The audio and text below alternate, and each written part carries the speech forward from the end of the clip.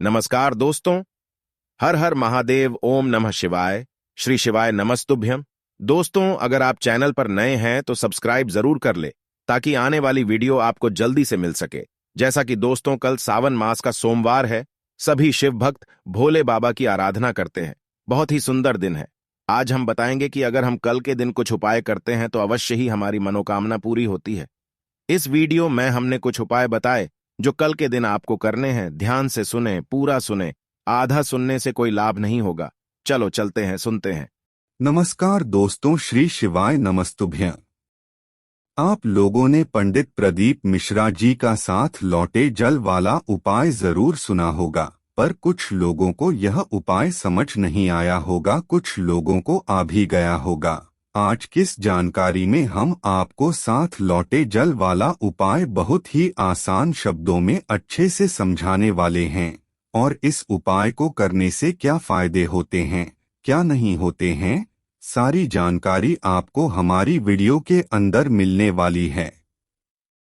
यह उपाय तब किया जाता है जब आपने पशुपतिनाथ का व्रत कर लिया हो, आपने सभी तरह के उपाय करके देख लिए हो, सभी तरीके के व्रत करके देख लिए हो, तब भी वह आपकी कामना या कोई दुख समस्या समाप्त नहीं हो रही हो, सब जगह से हारने के बाद ही आपको यह उपाय करना है, तभी ये उपाय काम करेगा। यह उपाय आप किसी भी दिन कर सकते हैं, और प्रातः काल सुबह सुबह शिव मंदिर जाकर ही आपको इस उपाय को करना है। इस उपाय में आपको एक बेलपत्री और एक बाल्टी जल की आवश्यकता होगी, क्योंकि आपको एक बाल्टी जल में से 7 लोटे जल की भी आवश्यकता होगी।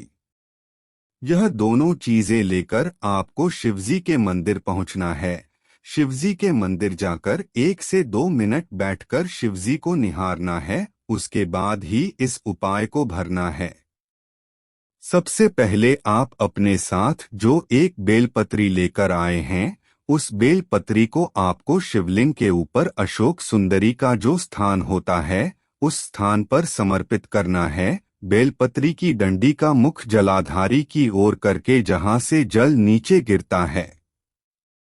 अशोक सुंदरी का स्थान शिवलिंग की जलाधारी के ऊपर बिल्कुल बीचों बीच होता है, जो कि आप दिखाई गई तस्वीर में देख सकते हैं। इस बेलपत्री को जब आप अशोक सुंदरी वाले स्थान पर समर्पित करेंगे तो उस समय पर आपको उस बेलपत्र की डंडी का मुख होगा, वह जलाधारी की ओर करके रखना है, जहां से जल नीचे गिरता है। इस बात का विशेष रूप से ध्यान रखिएगा। इस बेलपत्र को अशोक सुंदरी वाले स्थान पर 2 मिनट तक रखे रहने देना है। उसके बाद आपको इस बेलपत्र को अशोक सुंदरी वाली स्थान से उठाकर शिवलिंग के ऊपर समर्पित कर देना है।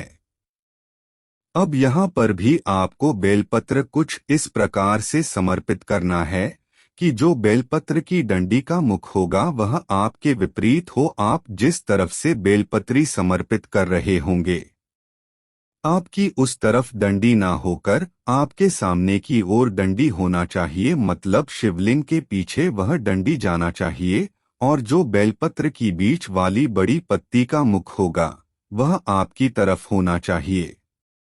इस प्रकार से आपको शिवलिंग के ऊपर इस बेलपत्र को समर्पित करना है।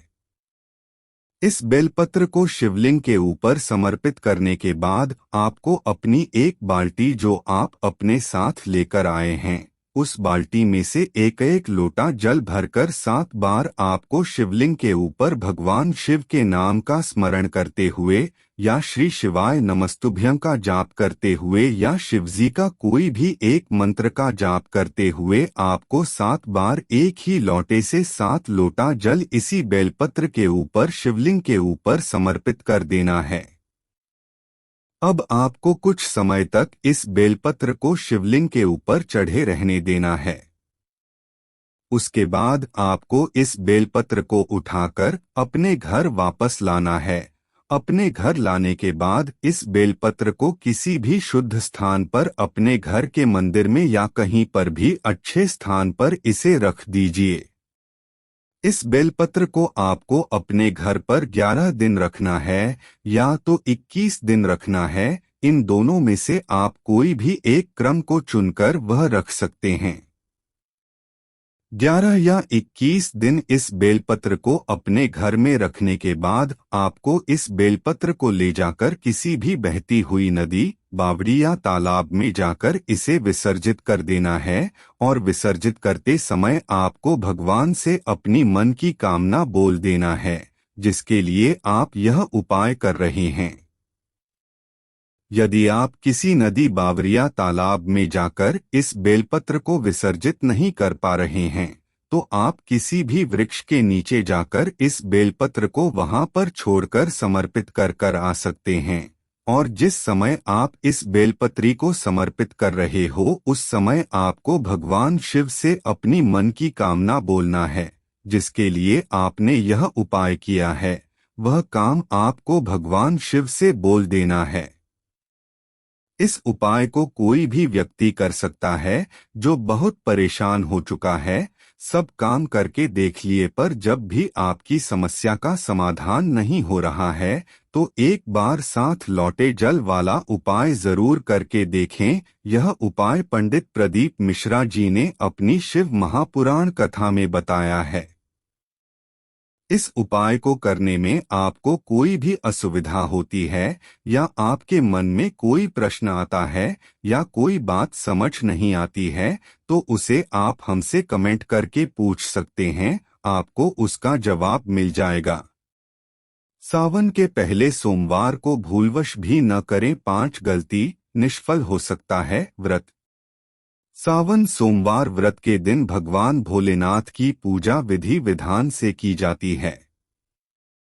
जिनको मनचाहे जीवन साथी की कामना होती है वे सावन सोमवार व्रत रखते हैं। इस व्रत को करने से सुख, समृद्धि और उन्नति की मनोकामना भी पूर्ण होती है। सावन सोमवार व्रत के कुछ नियम हैं जिनका पालन करना जरूरी है। यदि आप उन नियमों को नहीं मनाते हैं तो आपका व्रत निष्फल भी हो सकता है।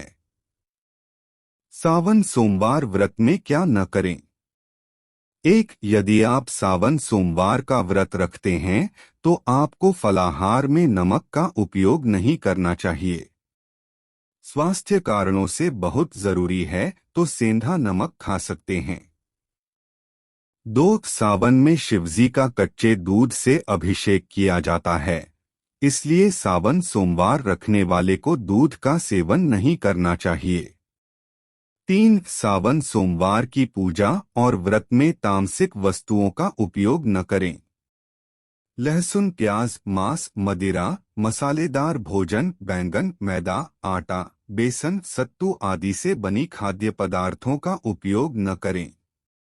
4. सावन सोमवार व्रत में काम, क्रोध, लोभ जैसे दुर्गुणों से दूर रहें। कोई भी व्रत मन, कर्म और वचन की पवित्रता के साथ करने से ही फलित होता है। मन में द्वेष, क्रोध, चोरी, छलकपट आदि की भावनाएं रखकर पूजा पाठ नहीं करना चाहिए। 5. शिव पूजा में जिन वस्तुओं को वर्जित किया गया है उनका उपयोग भूलवश भी न करें।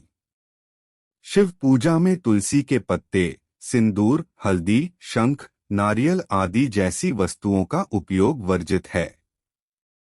अगर आपको हमारी वीडियो पसंद आए तो हमारे चैनल को सब्सक्राइब जरूर करें। हर हर महादेव। ओम नमः शिवाय।